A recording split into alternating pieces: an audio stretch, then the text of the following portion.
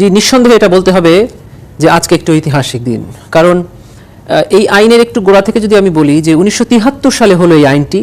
1971 সালের মুক্তিযুদ্ধকালীন সংগঠিত যুদ্ধাপরাধে 195 জন চিহ্নিত পাকিস্তানি যুদ্ধাপরাধীদের বিচার করার জন্য কে করলেন? মরহুম শেখ মুজিবুর রহমান সাহেব। সাথে সাথে আরেকটি আইন হলো, সেটা হলো কোলাবোরেটরস অর্ডার, বেসামরিকদের বিচার করার জন্য। কিন্তু ট্রাইপার্টি এগ্রিমেন্টের মাধ্যমে সেই 195 জন চিহ্নিত যুদ্ধাপরাধীকে মাফ করে দিয়ে পাকিস্তানে প্রেরণ করা হলো, আইনটিকে নথিভুক্ত করে আলমারিতে ফেলে রাখা হলো। 2009 সালে ওনার কন্যা শেখ হাসিনা এসে এই আইনের সংশোধন করে এখানে বেসামরিক ব্যক্তিদের বিচারের অপশন রাখলেন, রেখে কিছু রাজনৈতিক প্রতিপক্ষকে উনি বিচার করলেন। সেই ট্রাইব্যুনালে সেই আইনে আজকে তার বিচার হলো এবং পুনর্গঠিত ট্রাইব্যুনালের আজকে প্রথম রায় হলো, যে রায়ে 5টি অভিযোগ ছিল। সেই 5টি অভিযোগকে দুটি ভাগে ভাগ করে একটিতে আমৃত্যু কারাদণ্ড এবং আরেকটিতে মৃত্যুদণ্ড প্রদান করেছেন। সাথে সাথে এই দুই আসামির অর্থাৎ সাবেক প্রধানমন্ত্রী শেখ হাসিনা এবং সাবেক স্বরাষ্ট্রমন্ত্রী আসাদুজ্জামান খান কামালের সকল সম্পত্তি রাষ্ট্রের বরাবর বাজেয়াপ্ত করেছেন এবং রাষ্ট্রকে নির্দেশ দিয়েছেন যে এখান থেকে জুলাইয়ে যারা শহীদ হয়েছেন বা আহত হয়েছেন, যার যেমন ক্ষতি হয়েছে তাকে সে অনুযায়ী প্রপোর্শনেটলি দিয়ে দেওয়া। আজকে ট্রাইব্যুনালে কেন এই ঐতিহাসিক দিন আপনিও বলছেন, আমরা বলছি, সেটা হলো এই ট্রাইব্যুনালে আজকে উপস্থিত ছিলেন জুলাই যুদ্ধে যারা অন্ধত্ব বরণ করেছেন, পঙ্গুত্ব বরণ করেছেন, যারা শহীদ হয়েছেন তাদের পরিবাররা। এবং আমরা দেখতে পেয়েছি যখন রায় পড়ছেন ট্রাইব্যুনাল, তখন দু চোখ বেয়ে এই সকল মায়েদের চোখ থেকে পানি পড়ছেন।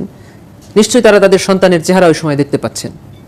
যদিও আইনের একটা বড় প্রক্রিয়া বিচার সম্পন্ন করা, তদন্ত শেষ করা, সাক্ষ্য উপস্থাপন করা, সেটিকে আর্গুমেন্টে ট্রাইব্যুনালে মানে জাজদের সামনে উপস্থাপন করা এবং ফাইনালি এটাকে রায় হিসাবে প্রকাশ করা। কিন্তু আমি মনে করি যে আসলে এই রায়টি শুধু একটা লিগ্যাল ভিত্তি পেয়েছেই মাত্র, কারণ বাংলাদেশের মানুষের কাছে সাবেক প্রধানমন্ত্রী শেখ হাসিনা এবং তাদের সহযোগীদের বিচার 5ই আগস্টই হয়ে গিয়েছে গত বছর।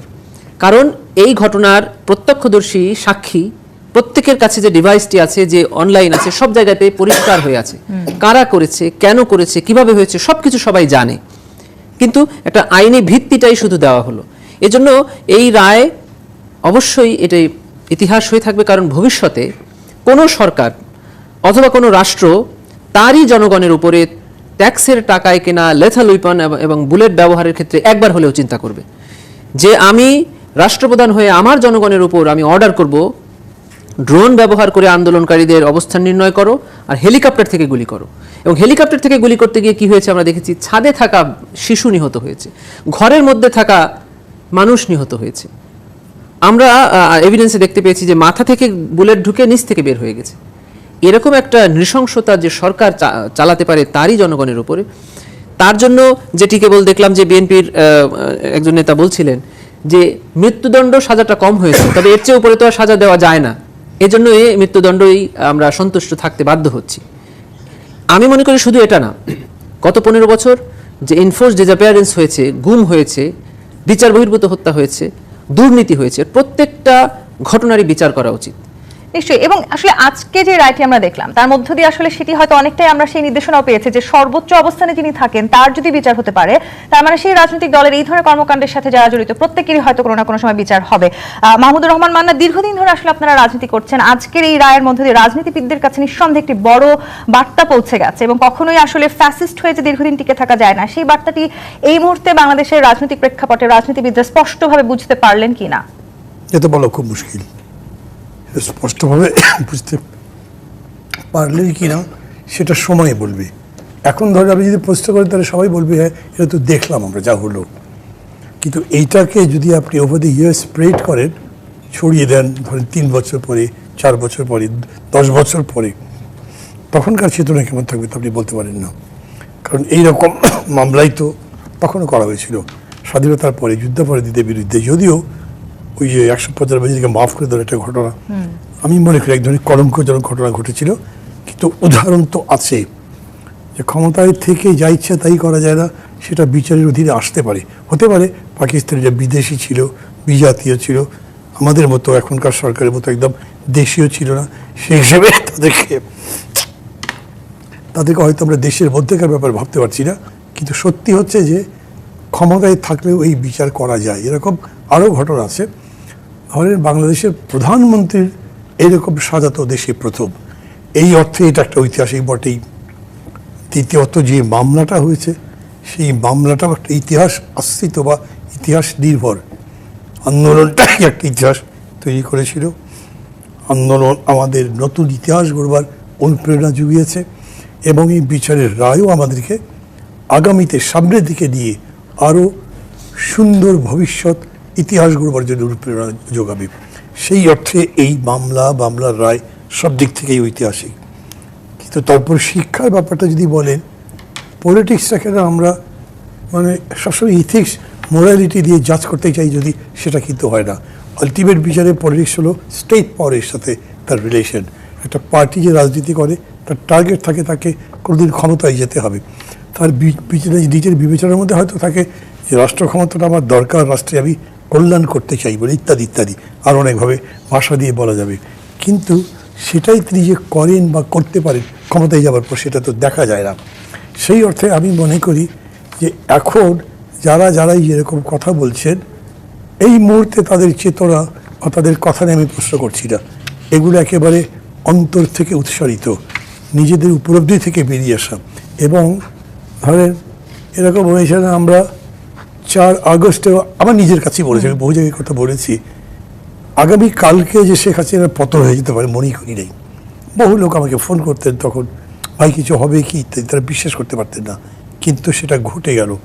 এই যে এত বড় ঘটনা ঘটতে পারলো, এই ঘটনার সাথে নিজেদেরকে যুক্ত করা এবং ভবিষ্যতের আশায়ও এইটাকে পুষে রাখা যে ভবিষ্যতে এরকম হতে পারে, এই শিক্ষা নেওয়া, এইটা অত ইজি আমার কাছে মনে হয় না। বিকজ ইতিহাস আমাদের শিক্ষা দেয় যে সাধারণত ইতিহাস থেকে আমরা কেউ শিক্ষা দিই না।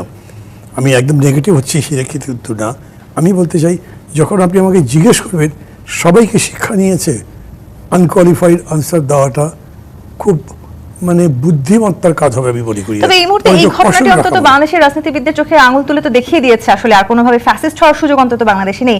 অধ্যাপক ডক্টর মওদুদ হোসেন আলমগীর পাভেল, আপনার কাছে একটু আসি। ঠিক 15 বছর আগে নিজের হাতে এই ট্রাইব্যুনালকে গড়েছিলেন আজকে যিনি আসলে মৃত্যুদণ্ডে দণ্ডিত হয়েছেন, সেই শেখ হাসিনা, তিনি এই ট্রাইব্যুনালকে আন্তর্জাতিক মানের বলেছিলেন। আজকে আসলে যে বিচার দেখলাম, আমরা যে রায় দেখেছি, সেটিকে আসলে বিএনপির পক্ষ থেকে কতখানি আন্তর্জাতিক মানের বলে মনে করা হচ্ছে? ধন্যবাদ। আমার মনে হয় যে এই বিচারিক প্রক্রিয়া যেটা হয়েছে, সবচেয়ে বড় এখানে যাদের জন্য সুবিধা যে জায়গা ছিল প্রসিকিউশনে, সেটা হচ্ছে ঘটনা কিন্তু খুবই সাম্প্রতিক এবং বর্তমান প্রযুক্তির যুগে সেটি তথ্য প্রমাণ সহ প্রমাণ করার সুযোগটা ছিল অনেক বেশি পরিষ্কার এবং সেটিকে প্রসিকিউশন যথার্থভাবে কাজে লাগিয়েছে বলে মনে হয় আমার। এবং যে ঘটনা প্রায় 14 থেকে 1800 মানুষের প্রাণ নিয়েছে, 30,000-এর বেশি মানুষকে পঙ্গুত্ব দিয়েছে এবং আমরা একটা বলতে পারেন সংক্ষুব্ধ দলের, আমাদের দলের প্রায় 5 শতাধিক বেশি আমাদের নেতাকর্মী, তাদেরও শাহাদাতের ঘটনা আছে এর সাথে জড়িত। তো নিশ্চয়ই আমরা সংক্ষুব্ধদের পক্ষে, আমরা যারা নির্যাতিত হয়েছিল তাদের পক্ষে। এবং আমরা মনে করি যে প্রক্রিয়াতে বিচারিক কার্যক্রমটা পরিচালিত হয়েছে তাতে তারা এটা কিন্তু প্রকাশ্যে করেছেন। কোনো জায়গাতে আজকে যেমন রায় ঘোষণাটা হয়েছে, এটি জনসমক্ষে হয়েছে এবং এই বিচারিক প্রক্রিয়ার অনেক অংশই কিন্তু আমরা সবাই দেখেছি, এটা ওপেন ট্রাইব্যুনাল, একটা ট্রায়াল হয়েছে এটা। তো তাদের ভিতরে যদি কোনো দুর্বলতা থাকতো তাহলে তো সেটা তারা করতেন না এবং সেখানে সুযোগ দেওয়া ছিল পর্যাপ্তভাবে এবং তারা যথেষ্ট ফরেনসিক করেছেন। যে সমস্ত তথ্য প্রমাণগুলো উত্থাপিত হয়েছে, বিশেষ করে কল রেকর্ডস বা ভিডিও যে সমস্ত ক্লিপসগুলো যেটা দেওয়া হয়েছিল, সেগুলোতে ফরেনসিক করা হয়েছে এবং সেটাতে প্রমাণ হয়েছে যে এটা কোনো ম্যানিপুলেটেড কিছু নয়। তো এটিকে অকাট্যভাবে প্রমাণ করার জন্য যেমন চিফ প্রসিকিউটর যেটা বলেছেন যে পৃথিবীর যে কোনো আদালতে গেলে এই সাক্ষী সাবত এটা যদি হয় তাহলে সাজার মাত্রাটা একই হবে। তো এখানে যে জিনিসটা আছে সেটা হচ্ছে যে আমরা জানি যে কথাগুলো এর আগে মান্না ভাই এবং আমি বলছিল যে মৃত্যুদণ্ড, আমি মনে করি যে রাজনীতিতে মৃত্যুর ঘটনা থাকে, কিন্তু সেই মৃত্যুটা কোনো ক্ষেত্রে গৌরবের হতে পারে, যেটা আমরা দেখেছি যে অনেকে রাজনীতি করতে গিয়ে যারা প্রাণ দিয়েছেন ইতিপূর্বে ঐতিহাসিকভাবে। কিন্তু কিছু যেটা যখন একটা মৃত্যু যখন রাজনীতিবিদ হলে যেটা যখন অপরাধের সাথে সংযুক্ত হয়ে যায়, তখন তার সাথে কে প্রধানমন্ত্রী, কে কোন রাজনৈতিক দলের প্রধান, এটিকে সংযুক্ত করলে আমার মনে হয় যে এখানে বিষয়টির প্রতি সুবিচার করা হয় না। এখানে বুঝতে হবে যে এমন একটা ব্যক্তি, তিনি রাজনীতির ঊর্ধ্বে নিজেকে নিয়ে গেছেন, সরকার প্রধানের চাইতে বেশি অতিরিক্ত করেছেন এবং সেই বাড়াবাড়িটা জনগণকে এই পর্যায়ে নিয়ে গেছে যে তার নিজের জনগণ যারা তার ট্যাক্সের টাকায় দেওয়া কেনা, সেই মারণাস্ত্রের আঘাতে তাদেরকে মৃত্যুবরণ করতে হয়েছে, সেই জায়গাটি শিক্ষার জায়গা। এই যে আপনি বাড়াবাড়ির কথা বলছিলেন, এটিতে আমি একটা প্রশ্ন যুক্ত করতে চাই। অনেক যারা রাজনৈতিক বিশ্লেষক আছেন তারা অনেকেই বলার চেষ্টা করছেন যে হাসিনার এই মৃত্যুদণ্ডের যে রায় হয়েছে সেটি আসলে কোনোভাবে অতীতের কোনো প্রতিশোধ নয়। বাংলাদেশে আসলে আমরা প্রতিশোধ পরায়ণ রাজনীতি দীর্ঘদিন ধরে দেখেছি, কোনো না কোনোভাবে ভবিষ্যতে গিয়ে কি আসলে এটিকে প্রতিশোধমূলক এক ধরনের রায় বলার সুযোগ থেকে গেল কিনা? আমি কিন্তু এই জায়গার উত্তরটা একটু অন্যভাবে দিই। আপনারা জানেন যে বাংলাদেশ জাতীয়তাবাদী দলের চেয়ারপারসন বেগম খালেদা জিয়া, তিনি কিন্তু এরকম কিছু অভিযোগের ভিত্তিতে তাকে কিন্তু কারাবরণ করতে হয়েছে। সুস্থ একজন মানুষ একটা দুরারোগ্য ব্যাধিতে আক্রান্ত হয়েছেন। এরপরে যখন তিনি মুক্তি পেয়েছেন তখন তাকে যখন সাংবাদিকরা প্রশ্ন করেছে, আপনার মতিউর রহমান চৌধুরী সাহেবের ইন্টারভিউর কথা আপনারা জানেন, তাকে বারবার কিন্তু এই প্রতিশোধের কথা তাকে বলবার চেষ্টা করা হয়েছে। উনি বলেছেন যে থাকে সবগুলো কথা বলার প্রয়োজন নেই, কারণ সকল রাজনীতিবিদ যারা আছেন তারা প্রতিশোধের ধারণা থেকে কাজ করেন, এটা বোধহয় ওইরকমভাবে ঢালাও ঠিক চিন্তা করাটা ঠিক হবে না।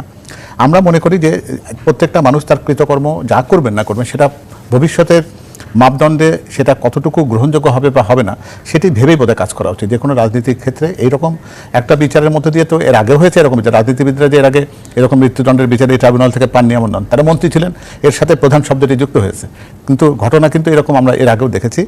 তো সুতরাং এখানে খুব পরিষ্কার বার্তাটি এরকম যে যে কোনো ব্যক্তি যদি কখনো কোনো অপরাধের সাথে নিজেকে জড়িয়ে ফেলেন তার জন্য অবশ্যম্ভাবীভাবে একটা বিচারিক প্রক্রিয়া আসতেই পারে, এবং সেটা এরকম মৃত্যু পর্যন্ত একটা রায়ের মধ্যে দিয়ে হয়তো কার্যকরী হওয়ার ব্যাপারটি পরের অংশ, কিন্তু রায় ঘোষণার মধ্যে দিয়ে অন্তত এটুকু তো প্রতিষ্ঠিত হয়েছে যে জনগণের প্রত্যাশার যে আকাঙ্ক্ষার যে জায়গাটি ছিল সেটি এই রায়ের মধ্যে দিয়ে এসেছে। এই যে বিচারটাকে স্বচ্ছ বলার এক ধরনের আমরা সবাই বুঝতে পারছি যে বিচারটা স্বচ্ছ হয়েছে, এবং আমরা সবাই সরাসরি দেখেছি, এবং আন্তর্জাতিক মাধ্যমগুলোতেও কিন্তু আজকে নানানভাবে বিচার নিয়ে অনেক ধরনের লেখালেখি হয়েছে, বিশ্লেষণ হয়েছে। জি, কিন্তু বিচার প্রক্রিয়া ধরে নিলাম স্বচ্ছ হয়েছে, কিন্তু বিচারের এই কার্যকারিতা নিয়ে আসলে অনেক ধরনের প্রশ্ন এখনো রয়ে গেছে। এবং এই মুহূর্তে আসলে শেখ হাসিনা যেখানে অবস্থান করছেন অর্থাৎ ভারত, সেটিকে তাদের যথেষ্ট ঘনিষ্ঠ মিত্র বলেও এক ধরনের আসলে আমাদের সবার কাছেই সেটি পরিচিত। সেক্ষেত্রে আসলে ভারত তাদের এই ঘনিষ্ঠ মিত্রকে প্রত্যর্পণ করবে কিনা সেটিও অনেকটাই অসম্ভব বলে বলার চেষ্টা করছেন অনেকে।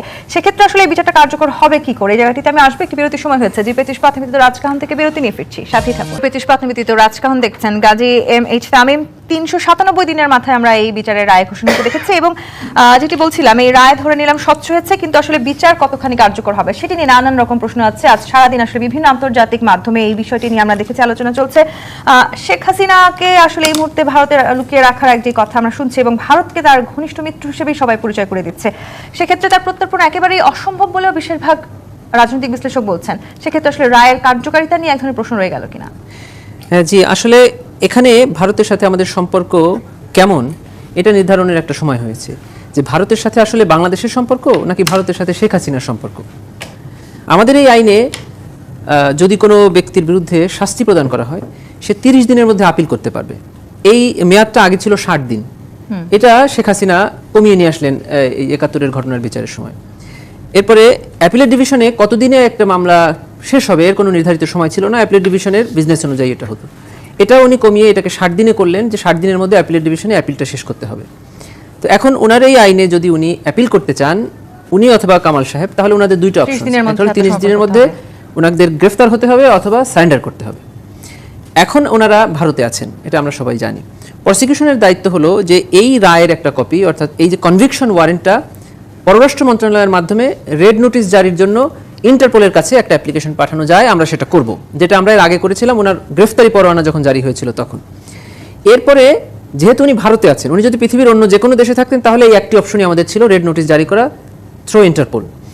এখন ভারতে যেহেতু উনি আছেন, ভারতের সাথে আমাদের 2013 সালে এই শেখ হাসিনারই করা একটি চুক্তি আছে, সেটা হলো বন্দি প্রত্যার্পণ চুক্তি। এই চুক্তিতে খুবই পরিষ্কার করে বলা আছে যে বাংলাদেশে যদি কোনো ভারতীয় বন্দী অথবা অপরাধী থাকে, বাংলাদেশ তাকে ভারতে ফেরত দিতে বাধ্য। আর ভারতেও যদি কোনো বন্দী থাকে, বাংলাদেশের বসবাসকারী বা বাংলাদেশের নাগরিক, তাকেও ভারত বাংলাদেশে ফেরত দিতে বাধ্য।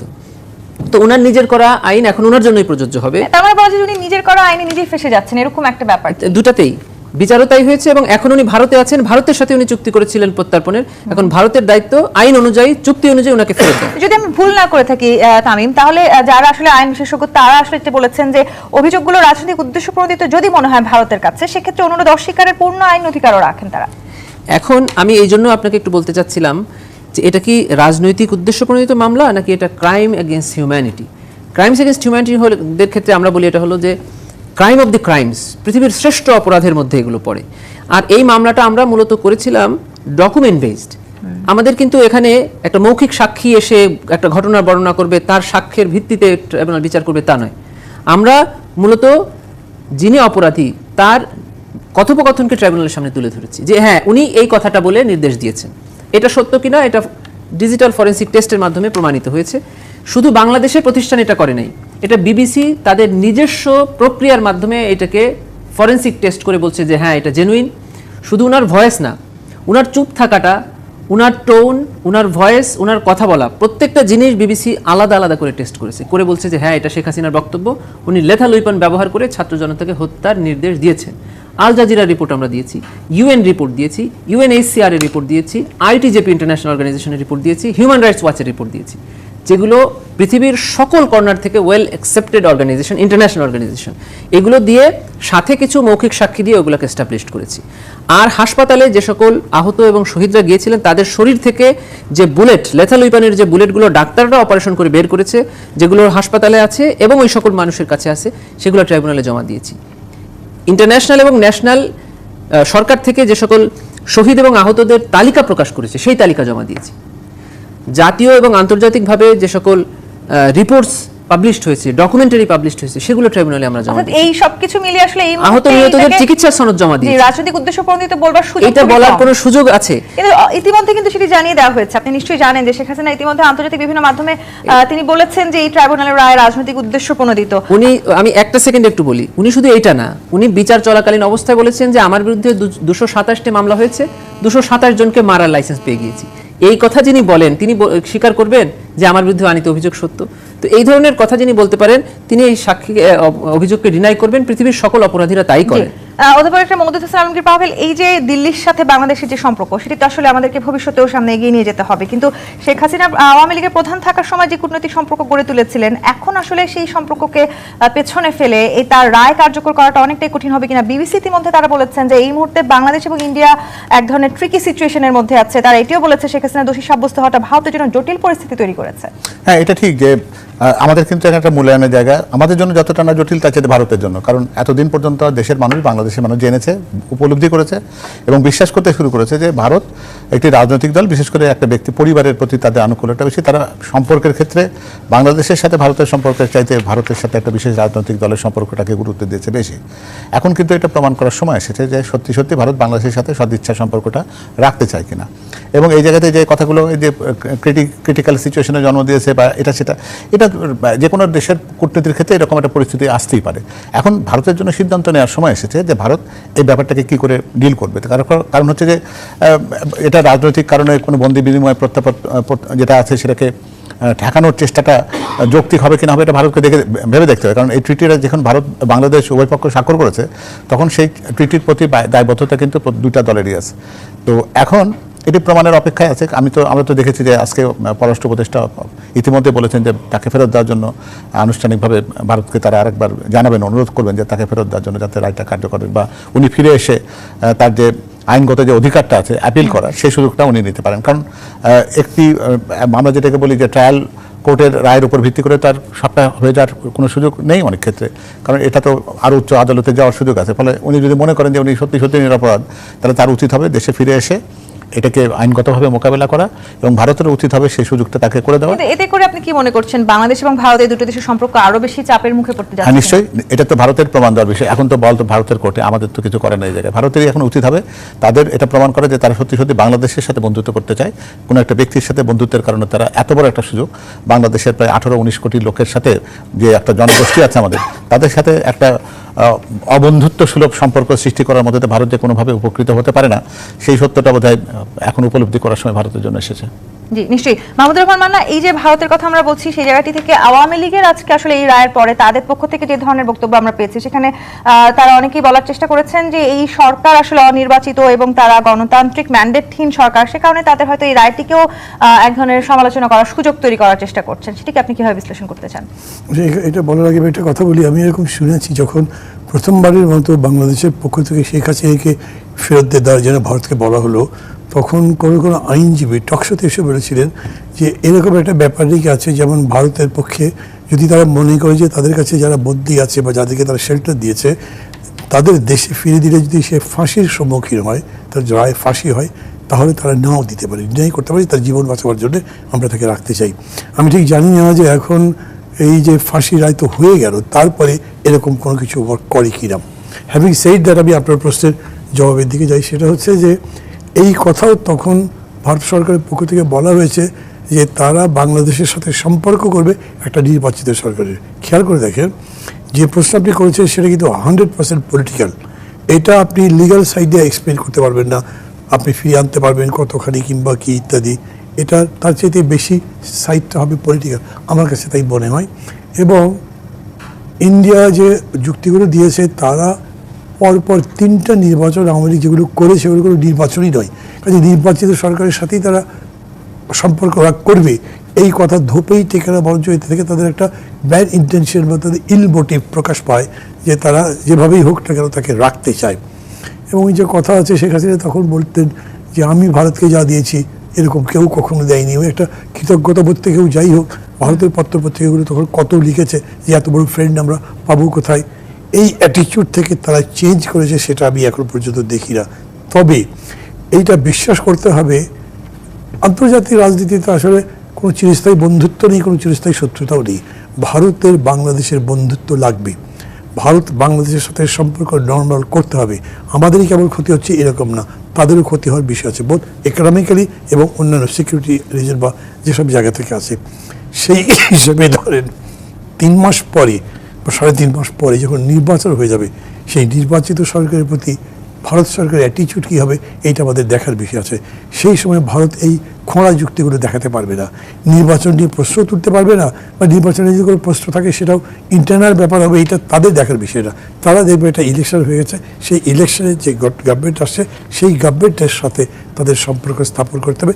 সেইখানে শেখ হাসিনার প্রত্যর্পণের বিষয়টা খুবই সিরিয়াসলি আসবে, যারাই নির্বাচিত হয়ে ক্ষমতায় আসুক।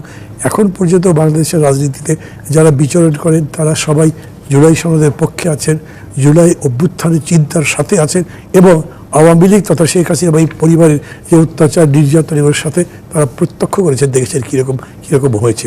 ফলশ্রুতিতে আমি মনে করি তখন ইন্ডিয়ান অ্যাটিটিউড বদলাতে হবে, এরকম মানে চূড়ান্তভাবে আমি বলতে পারি যে বদলাতেই হবে। কিন্তু ধরেন মাঝে যেমন একটা কথা শুনেছি আমরা যে ইন্ডিয়া চাই একটা রিফর্ম আওয়ামী লীগকে প্রেস করা হোক। তারা ফিল করে যে বাড়াবাড়িটা হয়েছে এই সরকারের আমলে, একটা রিফাইন আওয়ামী লীগ হলে নতুন একটা অ্যাপ্রোচ সেই আওয়ামী লীগ দিতে পারবে, হয়তো তাতে মানুষের কিছুটা সেন্টিমেন্টকে পক্ষে আনা যাবে। কিন্তু সম্ভবত শেখ হাসিনা একগুমির জন্য হোক অথবা তার পরিবারতন্ত্র টিকিয়ে রাখার মানসিকতার কারণে হোক উনি এগুলো প্রশ্রয় দেননি। আমি শুনেছি কোনো জায়গায় কোনো পত্রিকা ওদের লেখালেখিও হয়েছে যে ইন্ডিয়ান গভর্নমেন্ট শেখ হাসিনার এই অ্যাটিটিউডটা পছন্দ করেননি, কিন্তু তারা শেখ হাসিনার উপর চাপও দেননি। এখন যখন বদলে যাবে তখন পরিস্থিতির আরো বদলাবে। আসলে ভারতের কাছে এখনকার এই পরিস্থিতি বেশ সংবেদনশীল, কিংবা তাদেরকে আসলে যথেষ্ট নিজেদেরকে ভারসাম্যপূর্ণ পথে হাঁটার এক ধরনের সুযোগ তৈরি করতে হবে, সেটি নিঃসন্দেহে বাংলাদেশের তরফ থেকেও যেতে হবে। এবং সেই জায়গাটি আসলে কতখানি কঠিন হতে যাচ্ছে, কিংবা এই আইনি জটিলতাগুলোর ফাঁক ফোকর দিয়ে আসলে এই বিচার কার্যকর না হওয়ার কোনো সুযোগ থেকে যায় কিনা। গাজী আমি একটু বলি, এইটা কিন্তু আমি মনে করি যে বাংলাদেশের জন্য ততখানি কঠিন না যতখানি ভারতের জন্য এটা কঠিন হচ্ছে, সেটা তাদেরকে বোঝার চেষ্টা করতে হবে। আরেকটা বিষয় আমি বলি, ধরেন আওয়ামী লীগের একটা সাপোর্ট বেস বলেন বা ফাইটিং বেস মানে কি ফরিদপুর, গোপালগঞ্জ, তো এইসব জায়গা, তো ওইসব জায়গায় যে রিপোর্ট আমি পাচ্ছি বেশ কিছুদিন ধরেই মামলাটা যখন চলছে তখন থেকে সেই মানুষগুলো একটা দ্বিধার মধ্যে পড়ে গেছে, শেষ পর্যন্ত কি হবে, আজকের এই রায়ের পরে কি হবে শেষ পর্যন্ত, সেটাই আসলে জানতে চাই শেষ পর্যন্ত আসলে কি হতে যাচ্ছে, এই রায় আমরা কার্যকর হতে দেখবো কিনা, এবং আইনি আসলে কোনো জটিলতার কারণে এই রায়ের কার্যকারিতাটা আসলে আরো পিছিয়ে যেতে পারে কিনা, সেটি নিয়েও তো আসলে সাধারণ মানুষের মনে অনেক ধরনের প্রশ্ন আছে। আমি ফিরতে চাই জায়গাটিতে, জিপি ইস্পাত মিত্র রাজকাহন থেকে আরো একটি বিরতি নিয়ে ফিরছি, সাথে থাকুন। জিপি ইস্পাত মিত্র রাজকাহন দেখছেন, মাহমুদুর রহমান মান্না, এই যে আসলে আমরা আইনি জটিলতায় এই বিচার কাজ যদি কার্যকর না হয় সেক্ষেত্রে কি হবে সেটি নিয়ে যেমন আমরা চিন্তা করছি, তেমনি আবার এই চিন্তাটাও তো আসে শেখ হাসিনার মৃত্যুদণ্ড যদি হয় আওয়ামী লীগের আসলে ভবিষ্যৎ কি হবে। আপনি যেমনটি বলছিলেন যে অনেকে হয়তো চেষ্টা করছে কোনো না কোনোভাবে আওয়ামী লীগকে টিকিয়ে রাখতে, সেটি আদৌ সম্ভব হবে কিনা। যতক্ষণ ধরে কষ্ট করে প্রশ্ন করেছেন না, তার 1/4 টাইম আমি জবাব দিতে পারি। শেখ হাসিনার ফাঁসি যদি কার্যকর হয় তাহলে আওয়ামী লীগ উইল বি আনডেড। কল্পনাই করতে পারে না তারা যে তাদের নেত্রী ফাঁসি হতে পারে, কখনো ভাবি নাই। এখন আমি তাদের মধ্যে এটা দেখছি, আমি আওয়ামী লীগ করেছি তো অনেকদিন, আমি তাদের চিনি, তাদের ফেস স্টাডি করতে পারি, রিয়াকশন বুঝতে পারি, মানে তাদের কাছে এটা বিস্ময়কর বলে এসেছে।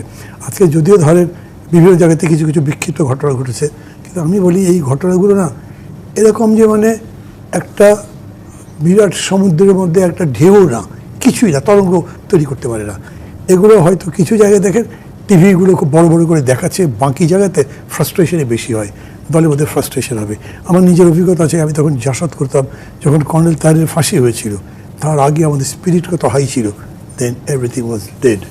শেখ মুজিবের মৃত্যুর পরে আমি দেখেছি আওয়ামী লীগের মধ্যে প্রথম দিকে কীরকম ছিল, পরে কী হয়েছে। তো এইখানে আমি মনে করি যে এইটা তাদের কাছে একটা অসম্ভব মনে হয়। যেমন উনি যখন শাসন করেছেন সেই সময় আমি বড় বড় নেতা বলতে ধরেন তোফাল আহমেদ আমির এবং তাদের কাছে বলতে শুনেছি গুণমুগ্ধ ভক্তের মতো, দেখেছো শেখ হাসিনা কি অসম্ভব কাজ করে ফেলতে পারলো, মানে সব দল বাদ দিয়ে যে ভোট করতে পারলো, এও কি সম্ভব, এটা একটা গুণের ব্যাপার মনে করেছেন তারা। তাদের কাছে মনে হয়েছে শেখ হাসিনা অজেয়, কেউ কিছু করতে পারবে না, এরকম একটা ধারণা তো দেশের মধ্যে চালু হয়ে গেছিলো। এইটা বন্ধ হয়ে যাবে একদম, এবং তাদের মোরাল ব্রেকডাউন হয়ে যাবে আমি মনে করি, আবার ঘুরে দাঁড়াতে পারবে না। গাজী এম এইচ তামিম, এই যে একটি কথা বলছিলেন মাহমুদুর রহমান মান্না, আওয়ামী লীগ একসময় পর্যন্ত আসলে অসম্ভব মনে করেছে যে এই ধরনের আসলে কোনো রায় কার্যকর হবে না, কিন্তু সেই কার্যকরটা করা কতখানি সম্ভব হবে, কোনো আইনি জটিলতার কারণে এই কার্যকারিতাটা আটকে যেতে পারে কিনা, কিংবা তিনি আসলে ভারতের কাছে এখন যেহেতু আছেন, ভারত আসলে কোনো না কোনো ভাবে শেখ হাসিনাকে যদি ফেরত না দেয় তাহলে এই কার্যকারিতাটা আমরা কিভাবে হতে দেখতে যাচ্ছি? হ্যাঁ জি, ধন্যবাদ। আসলে এটা তো এক ধরনের মানে রাষ্ট্রীয় প্রক্রিয়া, কূটনৈতিক প্রক্রিয়া। এটা ভারতের কাছে চাইতে হবে, ভারত দিবে কি দিবে না সেটা রাজনৈতিক বিষয়। এটি কিন্তু ট্রাইব্যুনালে একমাত্র মামলা নয় ওনার বিরুদ্ধে। ওনার বিরুদ্ধে ট্রাইব্যুনালে আরও 3টি মামলা চলমান আছে। একটি হলো যে 2013 সালের শাপলা চত্বরে সংগঠিত যে ম্যাসাকার উনি করেছিলেন একদল ইসলামী মনোভাবাপন্ন একটা অরাজনৈতিক দলের উপরে। এর ছাড়া আরও 2টি মামলা আছে। সেটি হলো লাস্ট 15 ইয়ার্সে যে ইনফোর্স ডিসঅ্যাপিয়ার্ড হয়েছে, গুম এবং বিচার বহির্ভূত হত্যা হয়েছে, সেখানে 2টা অপশন। একটা হলো র্যাবের অধীনে টিএফআই আর ডিজিএফআইয়ের অধীনে জেআইসি। এই 2টি বন্দিশালায় যে সকল ভিন্ন রাজনৈতিক ব্যক্তিদেরকে কিডন্যাপ করে তাদের উপরে টর্চার করে তাদেরকে কাউকে কাউকে মিথ্যা মামলায়, জঙ্গি মামলায় কারাগারে প্রেরণ করা হয়েছে, আর কাউকে কাউকে মেরে ফেলা হয়েছে, আর কাউকে একটা লম্বা সময় পরে ফেরত দেওয়া হয়েছে। এই সকল অভিযোগে ট্রাইব্যুনালে আরও 2টি মামলা আছে। এখন আইনে ব্যবস্থা আছে একজন উপস্থিত আসামিকে কিভাবে বিচার করা হবে এবং একজন পলাতক আসামিকে কিভাবে বিচার করা হবে। এই আইন অনুযায়ী, বিধি অনুযায়ী ট্রাইব্যুনাল এবং প্রসিকিউশন আইন প্রয়োগ করে যাবে। এক্সিকিউশন হবে কি হবে না এটা ডিপেন্ড করবে সরকারের উপরে, কারণ রায় প্রয়োগটা আলটিমেটলি সরকার করে। এক্সিকিউশন হোক না হোক, একজন প্রতাপশালী সরকার প্রধানের ঘাড়ের উপরে একটা মৃত্যুদণ্ড সাজা আছে, এবং যিনি একসময়ে একটা কথা বললেই সেটা সাথে সাথে বাস্তবায়ন হয়ে যেত, তিনি সেই দেশে ঢুকতে পারছেন না, এবং ঢুকলে একটা আদালতের প্রক্রিয়ার মাধ্যমে তাকে আইনের সামনে আসতে হবে, জনগণের কাছে এই 1400 হত্যার জবাব দিতে হবে, 25,000 আহতদেরকে গুলিবর্ষণের জবাব দিতে হবে। এরকম একটা সিচুয়েশনে আমি মনে করি তার জন্য মৃত্যুদণ্ড কার্যকর হওয়ার চেয়েও আরও বেশি এফেক্টিভ। সেটি যদি আসলে তিনি মনে করে থাকেন, যেহেতু তিনি মনে করছেন যে তিনি লাইসেন্স পেয়ে গেছেন আসলে আরো বেশি হত্যাকাণ্ড ঘটানোর, সেটি নিয়েও তো তার মানে তার মানসিকতা নিয়েও তো একটা প্রশ্ন থেকে যায়। রাজশাহী সাবেক আইজিপি মামুনের 5 বছরের দণ্ড, সেটি নিয়ে আজকে নানান রকমের আমরা ক্ষোভ দেখতে পেয়েছি, সেটি নিয়ে আপনার ছোট করে কিছু বলার আছে কিনা? জি, আমাদের আইনে এটার বলা আছে যে যদি কোনো ব্যক্তি অপরাধের ভেতরে থেকে কারা কারা অপরাধ করেছেন সেটাও বলবেন, আবার নিজে কিভাবে সম্পৃক্ত ছিলেন এটাও বলবেন, অর্থাৎ ট্রু অ্যান্ড ফুল ডিসক্লোজ করতে হবে to the whole circumstances within his knowledge. Tribunal বলেছেন যে উনার বক্তব্য শুনে ট্রাইব্যুনালের মনে হয়েছে যে উনি পূর্ণ এবং সত্য বলেছেন, এবং বিশেষ করে জুলাই গণঅভ্যুত্থানে নির্যাতন এবং নিপীড়ন শুরু হলে যে কোর কমিটির মিটিং হতো প্রতি রাতে স্বরাষ্ট্রমন্ত্রীর বাসায়, সেখানে যারা যারা উপস্থিত ছিলেন তাদের মধ্যে উনি নিজেও ছিলেন। ওখানে কি কি সিদ্ধান্ত হতো, প্রাইম মিনিস্টার ওখানে কি কি সিদ্ধান্ত তাদের উপরে দিতেন এবং সেটা কিভাবে এক্সিকিউট হতো সেটি উনি বর্ণনা করেছেন। এই জন্য ট্রাইব্যুনাল বলেছেন যে উনার সাক্ষ্য ট্রাইব্যুনালে ন্যায় বিচার প্রতিষ্ঠা করতে সহায়তা করেছে। এজন্য আইন অনুযায়ী উনাকে খালাস দেওয়া উচিত, যদিও উনি মৃত্যুদণ্ড পাওয়ার যোগ্য। 3টি কথা ট্রাইব্যুনাল বলেছেন। একটা হলো উনি যে অপরাধ করেছেন তাতে ওনাকে মৃত্যুদণ্ড পাওয়ার অধিকারী উনি, কিন্তু উনি বিচারে যেভাবে সাক্ষ্য দিয়ে সাহায্য করেছেন তাতে উনি খালাস পাওয়ার যোগ্য। তবে যেহেতু অপরাধের নৃশংসতা অতি জঘন্য, অতি মারাত্মক, তাই ওনাকে 5 বছরের কারাদণ্ড দেওয়া হলো। এবং আমাদের সাধারণ আইনে এই ব্যবস্থাটা আছে, আমরা এরশাদ শিকদারের মামলায় দেখেছি রাজসাক্ষীকে কিন্তু খালাস দেওয়া হয়েছে। অতঃপর ডক্টর মওদুদ হোসেন আলমগীর পাভেল, এই যে আসলে আমরা আজকের ঐতিহাসিক রায়ের কথা বারবার বলছি, কিংবা আওয়ামী লীগের ভবিষ্যৎ নিয়ে সবাই চিন্তা করছে, বাংলাদেশের রাজনীতির ভবিষ্যতে আসলে কি প্রভাব পড়তে যাচ্ছে এই মৃত্যুদণ্ড, বিশেষ করে বিএনপির মতো একটি বড় পুরনো রাজনৈতিক দল, তারা আসলে এই রায় থেকে সামনের দিনে কি শিক্ষা নিয়েছে?